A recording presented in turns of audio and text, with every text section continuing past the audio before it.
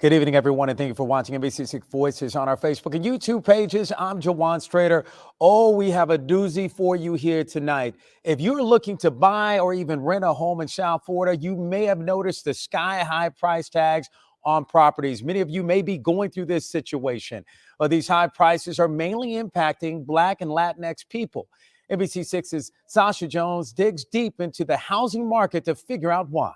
Keisha Guyton has been on the search for a place to rent since May, but with rent prices sky high, it's been a challenge. How many places have you looked at? Oh, maybe like a good 20 or 30 places. How many did you apply to? Was able to apply to at least 10 places. And out of 10 you found? None of them have panned out.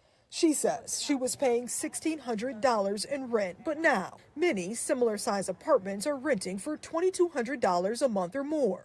According to data from Zillow, in August, the average rent in the Miami-Fort Lauderdale metro area was around $2,300. That's a 20% jump compared to the same time last year. I have not seen any jump like that ever, not only since I'm an adult and dealing with real estate, but also looking through the data historically. FIU professor Dr. Eli Baha says the rising rent prices are tied to rising home prices, and that could be an indicator the higher prices are here to stay. They take whatever the market gives them. So as long as the consumer is able to pay more, they will charge more. But higher housing costs equal less money renters have to pay other bills. Rising rent prices take a major chunk out of people's paychecks, and we see a lot of renters pushed, a common metric of affordability is around 30% or a third of your income going to rent. We see more and more renters flying past that benchmark, even getting up to the point of spending half their income on rent. Jeff Tucker is a senior economist with Zillow. They found Latino households have 41% of their income going to rent. Second are Black households at 40%. That's 5% more than white households. All of this adds up to a much tighter budget and a much more difficult time dealing with rent increases for renters of color. And finding a place to rent can prove to be even more challenging if you are using a housing voucher. I found a place. The landlord was willing to rent for me. He wanted $1,900. And the Section 8 vouchers told them they only pay $1,852. Keisha says she's been passed up by landlords looking to make more money than her voucher would pay. $48 less, and he was like, hey, I can get somebody to pay that and more. Proving that a landlord has been discriminating against people systematically, it's a very long process. There are local ordinances to prevent landlords from refusing tenants based on their source of income. But attorney Denise Garty says it still happens, creating one more barrier for potential renters to overcome. The reality is, especially in Miami and Broward, as rent prices are going up, you're not able to place it. A lot of people are having to look outside of particular places. And if the rental market doesn't cool off, it would force people like me, who's born and raised in Miami, to not be able to live here. And Garrity says another issue voucher holders face is that they have a limited amount of time to find a place to live, or they're at risk of losing the benefits. For Keisha, she says if she doesn't find a place by December, she will ask for an extension so she can continue to look for a place to stay. Sasha Jones, NBC6 Responds. And we want to welcome Keisha Guyton to the show this evening. Welcome to the show, Keisha. Hi, how you doing?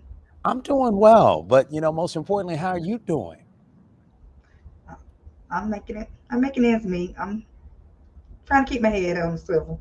Hey man, how tough has this been for you? Oh, I have been looking very, very hard for a place to stay, and not having stable housing, it can wear on you. Yes, it can. No, I'm And sure I it know can. by myself neither. I have, young adult children that's in college. So, they are displaced with me. And I wanted to ask you, like, as far as your living conditions now, where are you at? Where are you staying now in order to get by until you find a place? Well, I'll stay with my mom and sometimes my sister. So you have family here, thank goodness. Yes, unfortunately. Great, unfortunately. But that's good Glad that I news, do. because if you didn't have your family here, then there's no telling where you may be at dealing with this Yeah. situation. Probably hotel, motel, cars, shelter. My goodness. Well, let's get down to the bottom of it. Section 8 vouchers, that's what you were talking about. But when you spoke with Sasha Jones, you said you applied to 10 places, um, and they were that were able to find a landlord to accept your voucher after those 10 places. All of them say that they accept it, but they all have wind up saying that I have to make 3 times the rent. And at that time that I was looking, I was unemployed and on unemployment, so I was not making six times, 3 times my rent. Because the So vouchers are based on your income. the vouchers are based on the voucher, you can have an income. You can have an income, but you for the apartments that I was going to, they want you to have 3 times the rent. So the rent, if it's 19 or 20, you're talking about having to be able to make like 6,000. Yeah. And So can you tell us how much your housing voucher is worth? 2064. 2064. Yes. And so you're looking for, because you and I, we were talking off camera a little bit earlier, and you're looking for, how much are you looking for rent wise? I'm looking in between 19 and 22. That's about as much that I can get, the lowest I can get, because And mainly that's a most lot. of work is 20. I know. That's It a is a lot. lot. That's a It lot. is. And It yet is. you're still having the difficulty of finding a place. Yes, yes, yes, yes. It's very difficult. With the rising prices, landlord can get people to pay those amounts. So, I don't see no relief of it's coming down unless they come up with something. Right now, I'm working on the tenant bill of rights, so we can try to deal with some of these high prices, because for one, if we have to put $15 on a ballot, that means that the average minimum wage here is not even over $15. So to satisfy making 3 times your rent, you got to make like about $22 to $33 an hour. Wow. Wow. So basically there's no balance there. Yeah, there's no Not at balance all. there whatsoever, which puts many people like yourself in this particular situation. And tell me about your experience with dealing with the landlords, Keisha, and what your experience has been. You touched on it a little bit. Well, my experience dealing with the landlord is I'll find a place. I even had 2 realtors looking for me a place. They'll find me a place, and they'll want, more. Some I have had a few that was nice enough to go down, but a lot of them didn't want to go down to the price that Section 8 will allow. And so they would, like they would say, I can get someone to pay that and more. So unless, we get the vouchers to pay more. And right now, being that I'm unemployed, um, and it's they base it on that as well. So I have to, try to see about trying to get someone that will work with the amount that they will pay.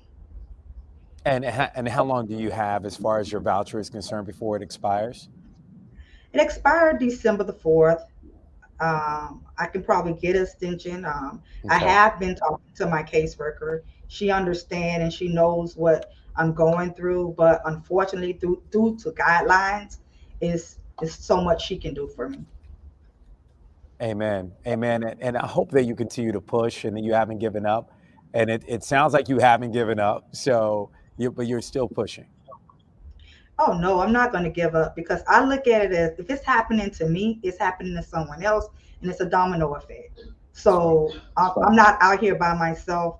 I believe in when I'm the type person that believe in, if anything that happens to me is happening to someone else. So I'm not just fighting for myself. I'm fighting for those that come behind me.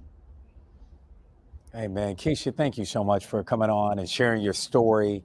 And and of course, trying to do what you can to help others in the same situation. And you're doing that by sharing your story, talking about what needs to be done. And we hope that you're able to find a place, and we're going to try and stay in contact with you to make sure everything works out. And I hope you're getting the help that you need, or that those agencies, and that's who we're going to go to in a minute, but they're helping you, because I know it's not easy going through what you're going through. Well, a lot of times having so many different types of agencies splitting up the funds can be a problem too. Right now, Dade County is working on ordinance, to try to regulate these things, because I also feel that that could be a problem too, having money dispersed to different agencies and they're not being able to successfully help us find a solution. And that's something to keep in mind. Keisha, thank you so much for joining me tonight. I appreciate you. No problem. I'm glad that you took the time out so I can share this to, what's going on in South Florida. I thank you for the awareness. I thank you for the spot of being able to share my story. You got it, Keisha. And we're going to stay in touch. All right. Okay. And hey, you let all the landlords, we know that you're not the problem. We know that there are some that you know want to, but they already don't rent it out or anything. But so if you're looking for someone that is dependable and that will pay their rent, Right call there. Juan. So we can connect you with Keisha. You got that right. You got that right. She just put it out there. She is here. Keisha, thank you so much. And you have a great night, okay? All right. Well, you may now be wondering who is advocating for people like Keisha. And well, Smash is a nonprofit developer of community-driven affordable housing in Miami. Their mission is to create community land trust that will adequately address the needs of inner city Miami residents. And here with me from Smash is the executive director, Adrian Madris. And of course, I can't roll my R's, brother. You're trying to get me there to roll my R's, and I can't do it just yet as long as I've lived here, Adrian. So please forgive me, but I'm working on it. You're forgiven, Juwan. No problem. No problem. Thank you so much for having me on tonight. Oh, man, thank you for coming on. And you heard from Keisha there. But before we get to Keisha's story, tell me a little bit more about Smash, about exactly what you do to help people like Keisha. Absolutely. SMASH stands for Struggle for Miami's Affordable and Sustainable Housing. And you said it best. We're a community-driven developer of affordable housing using the community land trust model to build power for an idea called housing as a human right. We want to make housing a human right here in Miami. And we feel like we have a very long way to go. Not only because there are many units of housing that need to be built, many resources that have to be mobilized, but there are many people in their hearts and minds that have to be moved in the direction of believing that housing is a human right. A lot of people believe right now that profits should come before people and that the only people who deserve housing are those who can afford it. And we are very adamantly against those ideas. And we have to not only change the policies and the resource equation, we also have to change people's beliefs and values about who deserves housing as well. Well, Adrian, we heard from Sasha's piece a little bit earlier. She talked about the disparities out there regarding people, Latinx people and Blacks. And then she had the even numbers of 41% Latin people using most of their household incomes to rent, and 40% of them being Black, 41% being Latin. And so basically they're living paycheck to paycheck, all to try to afford to pay their rent. And you heard from Keisha a little bit earlier, just talking about just the unbalance there, when you have minimum wage and you have what people make, and then you have the rising cost of housing pushing people out like Keisha. So how do you deal with that? That's a great question. And you highlighted a couple of data points, and I have to highlight just a few more because the story is even more powerful and even more depressing, if you can believe it. Miami is tied right now with San Francisco as being the most rent-burdened city in America. Wow. We have 68% of our renters that are paying more than 30% of their income to their rent. And just like your study stated, many of them are paying over 50% of their income to their rent. So you can imagine when people are paying so much money just to the rent, they don't have any money for groceries, for medicine, for getting their kids into college. You know, all of prosperity and any kind of opportunities out of poverty just stop because so much of our income is being taken by our ridiculously high housing costs. Little Haiti happens to be the most rapidly gentrifying neighborhood in the United States. And gentrification as a whole in Miami is what is driving up a lot of these rental costs and mortgage costs as well. The reality is that even if we, the people who live here and who have lived here, don't have the funds to be able to afford the rent or the mortgage, the reality is that there's probably 10 people with, you know, a suitcase of money right behind you that are willing to pay top dollar premiums of 10, 20% over the asking rent, asking mortgage to be able to live in the same place. And they're coming from all over the country. They're coming from all over the world. And you know, until Miami's economy is able to develop itself so that we can actually have enough income power to be able to afford these rents and afford these mortgages, we're always going to be at a disadvantage, unfortunately. Oh, big time. So when low income residents are forced to live in poor conditions due to the lack of resources, how does Smash step up and help those folks? Great question. So we develop affordable housing and we do it through a community controlled mechanism called the community land trust model. What that basically does is it separates buildings from the land underneath, and anybody can come in and own a house or put whatever they want on the land, whether it be a supermarket, a clinic, a school, whatever they want. And then they lease the land underneath, very similar to a mobile home park, except in this case, you as the owner of the house, you have permanent access to that land for the rest of your life as long as you'd like. You get a 99-year ground lease that is renewed as many times as you'd like. And the only catch is when you decide to sell your house. Then you have to do it according to the rules of the land, rules which are made by the people of the community. They're elected to be the governing board of the community land trust itself. And then one of the rules might be like there's a resale formula. You can't sell before 10 years. And at the 10-year mark, you can't sell for the market rate. You can make a profit, but you can't make these astronomically high profits that people are making right now on the resale of homes. People are getting 25, 50%, even 100% markups on homes that they just bought 5 years ago. And when you have those kinds of speculative prices driving up the overall cost of housing, it's no wonder why we have an affordable housing crisis in this city and in this county. So in order to get those costs under control, we really do need to communalize the land as much as possible, make home ownership opportunities for low-income people, and then make it so that those low-income people and those low-income neighborhoods are able to then pass on those kinds of opportunities to the next people in line who want to also be able to stay in those neighborhoods. Yeah, go ahead. No, you're saying a lot right there. So I want to ask you, do you believe that the prices will ever stabilize? Will they ever go back down, or the rent price is going to continue to go up? I think that according to all of the studies, they are projected to continue to go up and go up astronomically. And even at the height of the 2008 financial crisis, when you had, many people losing their homes and the foreclosure crisis was just astronomical. Unfortunately, nothing really happened to the average price of rent. It just kind of flatlined for about 2 or 3 years, and then it continued to go up after that. The reality is that if we're ever going to tackle this issue with like more supply of housing, we need a lot more housing than we currently have.